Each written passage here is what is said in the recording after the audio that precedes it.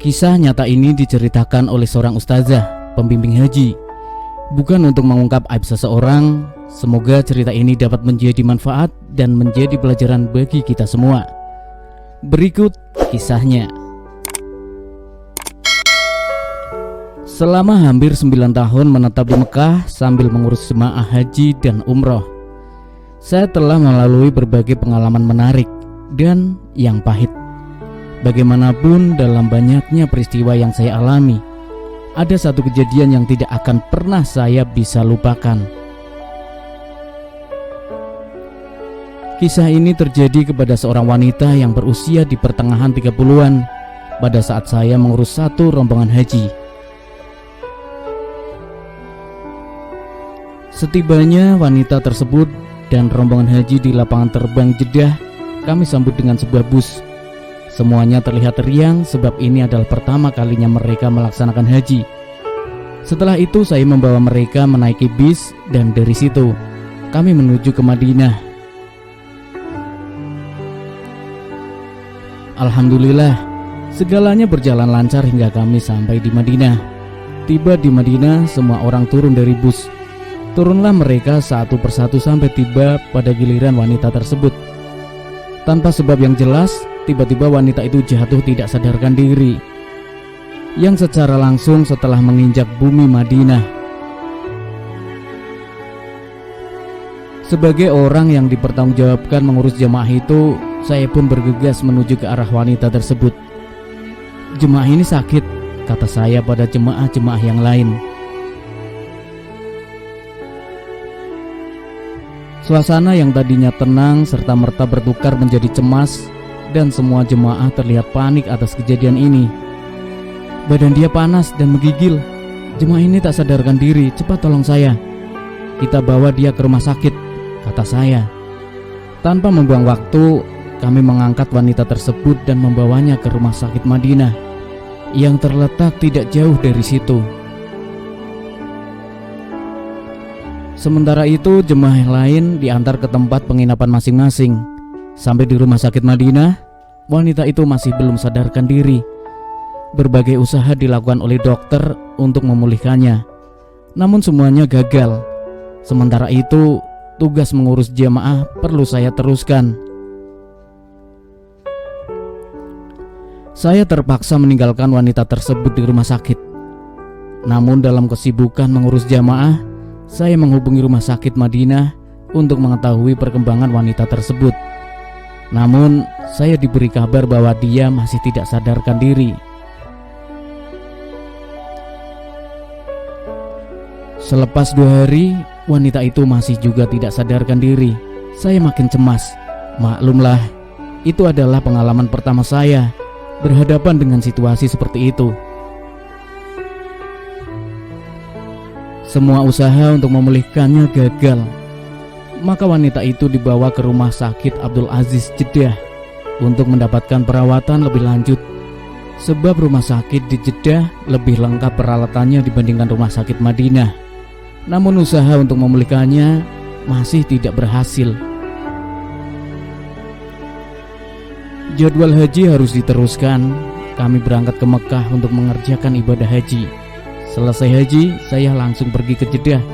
Malangnya sampai rumah sakit Abdul Aziz, saya diberitahu oleh dokter bahwa wanita tersebut masih koma. Bagaimanapun, kata dokter keadaannya stabil. Ketika mengetahui hal itu, saya mengambil keputusan untuk menunggunya di rumah sakit. Setelah 2 hari menunggu, akhirnya wanita itu membuka matanya. Dari sudut matanya yang terbuka sedikit itu, dia memandang ke arah saya dan terus memeluk saya dengan erat sambil menangis terisak-isak. Ketika itu saya sangat bingung. Saya bertanya kepada wanita tersebut, "Kenapa kamu menangis?" "Ustazah, saya taubat Ustazah. Saya menyesal. Saya takkan berbuat lagi hal-hal yang tidak baik. Saya bertaubat. Betul-betul bertaubat." "Kenapa kamu tiba-tiba ingin bertobat?" tanya saya masih dalam keadaan bingung. Wanita itu terus menangis terisak-isak tanpa menjawab pertanyaan saya itu. Tidak lama kemudian dia bersuara, menceritakan kepada saya mengapa dia berkelakuan demikian. Cerita yang bagi saya perlu diambil hikmahnya oleh kita semua. Katanya, "Ustazah, saya ini sudah berumah tangga, menikah dengan lelaki orang kulit putih. Tapi saya salah. Saya ini cuma Islam pada nama dan keturunan saja. Saya tak pernah mengerjakan ibadah. Saya tidak sholat, tidak puasa. Semua amalan ibadah saya dan suami tidak pernah saya kerjakan. Rumah saya penuh dengan botol minuman." Dengan suara tersekat-sekat, wanita itu menceritakan, "Ustazah, Allah itu maha besar, maha agung, maha kaya. Semasa koma, saya telah diazab dengan siksaan yang benar-benar pedih atas segala kesalahan yang telah saya buat selama ini." "Betulkah?" tanya saya terkejut. "Betul Ustazah. Selama koma itu, saya telah ditunjukkan oleh Allah tentang balasan yang Allah beri kepada saya. Balasan azab Ustazah, bukan balasan surga. Saya rasa seperti diazab di neraka. Saya ini seumur hidup tak pernah pakai jilbab. Sebagai balasan, rambut saya ditarik dengan bara api. Sakitnya tidak bisa saya ceritakan dengan kata-kata. Menjerit-jerit saya minta ampun, minta maaf kepada Allah. Bukan itu saja, buah dada saya pun diikat dan dijepit dengan penjepit yang dibuat daripada bara api.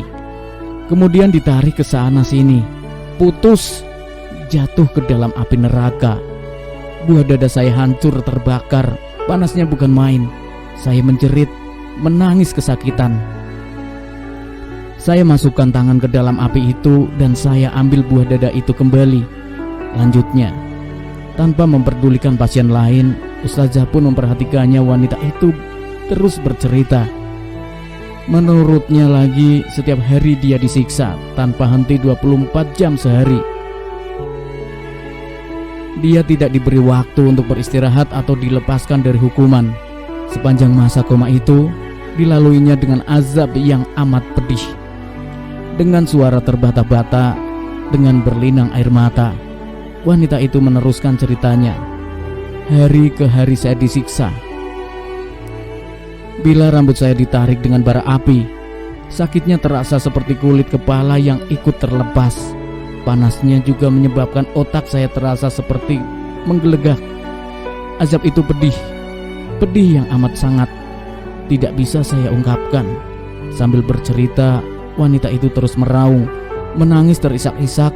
Terlihat dia betul-betul menyesal atas semua kesalahannya.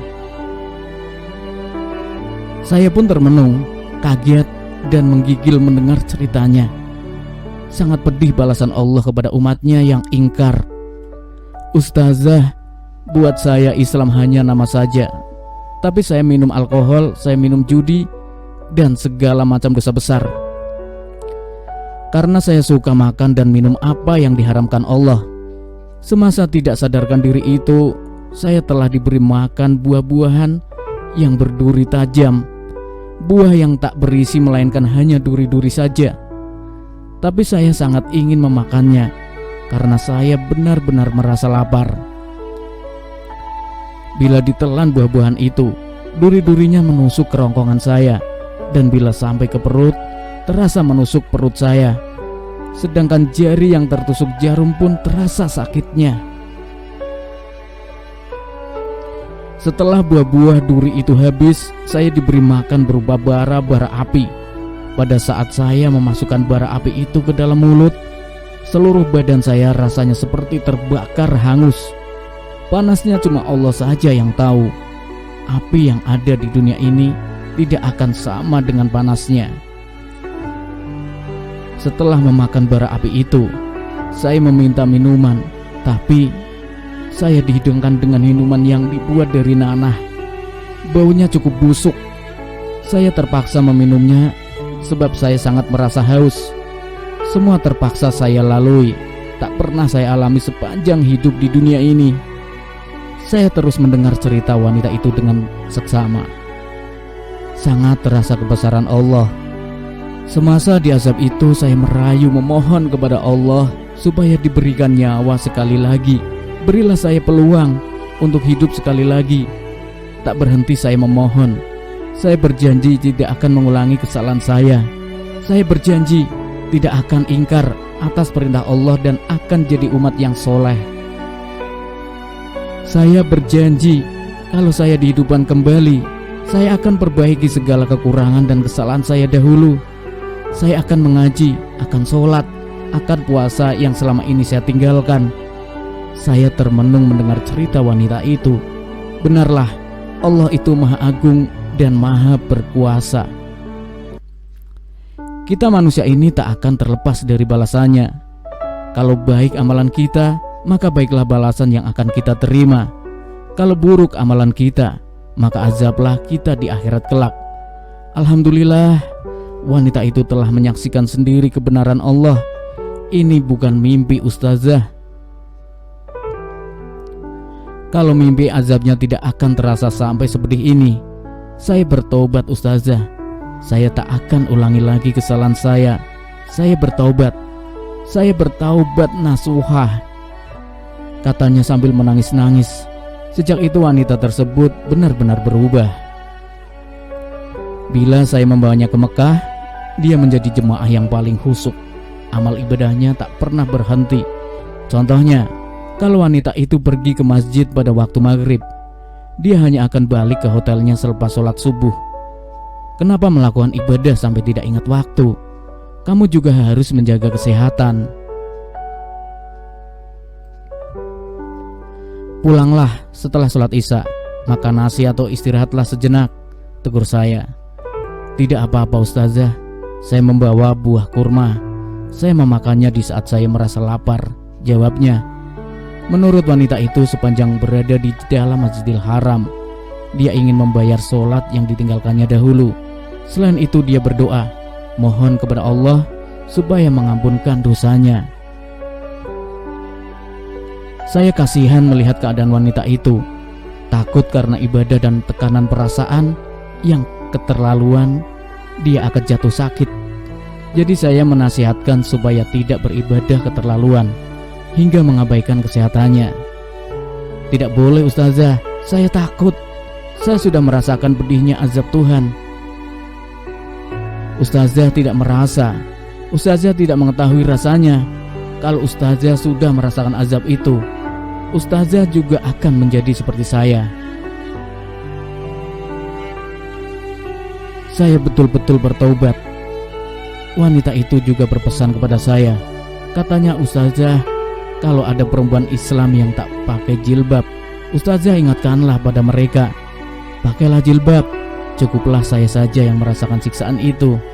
Saya tidak mau ada wanita lain yang merasakan hal seperti yang saya sudah rasakan. Semasa diazab, saya melihat larangan-larangan Allah. Salah satunya adalah setiap sehelai rambut wanita Islam yang sengaja diperlihatkan kepada lelaki yang bukan mahramnya, maka dia diberikan satu dosa.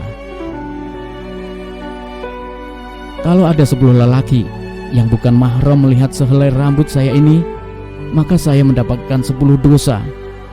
Tapi ustazah, rambut saya ini banyak jumlahnya, beribu-ribu. Kalau seorang melihat rambut saya, itu berarti beribu-ribu dosa yang saya dapat. Saya berniat sepulang saya dari haji ini, saya minta tolong dari ustazah supaya mau mengajarkan suami saya sholat, puasa, mengaji, dan mengerjakan semua ibadah. Saya ingin mengajak suami pergi haji seperti saya. Suami saya itu Islam pada nama saja. Tapi itu semua adalah kesalahan saya. Saya sudah membawa dia masuk Islam, tapi saya tidak membimbing dia. Bukan itu saja, sayalah yang menjadi seperti orang yang bukan Islam.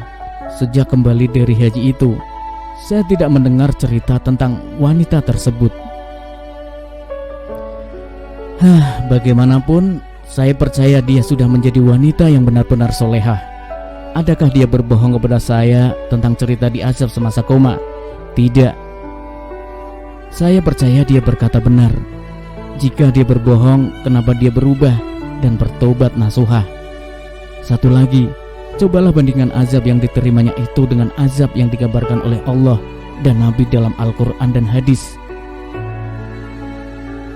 Adakah ia berbohong? Benar, apa yang terjadi itu memang kita tidak dapat membuktikannya secara saintifik.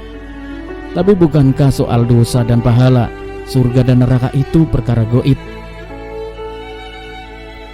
Janganlah bila kita sudah meninggal dunia, bila kita sudah diazab, barulah kita mau percaya bahwa oh, memang betul apa yang Allah dan Rasul katakan. Aku menyesal. Itu sudah terlambat. Wallahu a'lam bishawab. Ya, sahabat cerita kisah nyata, semoga kisah ini bermanfaat dan menuntun kita menjadi jalan yang benar.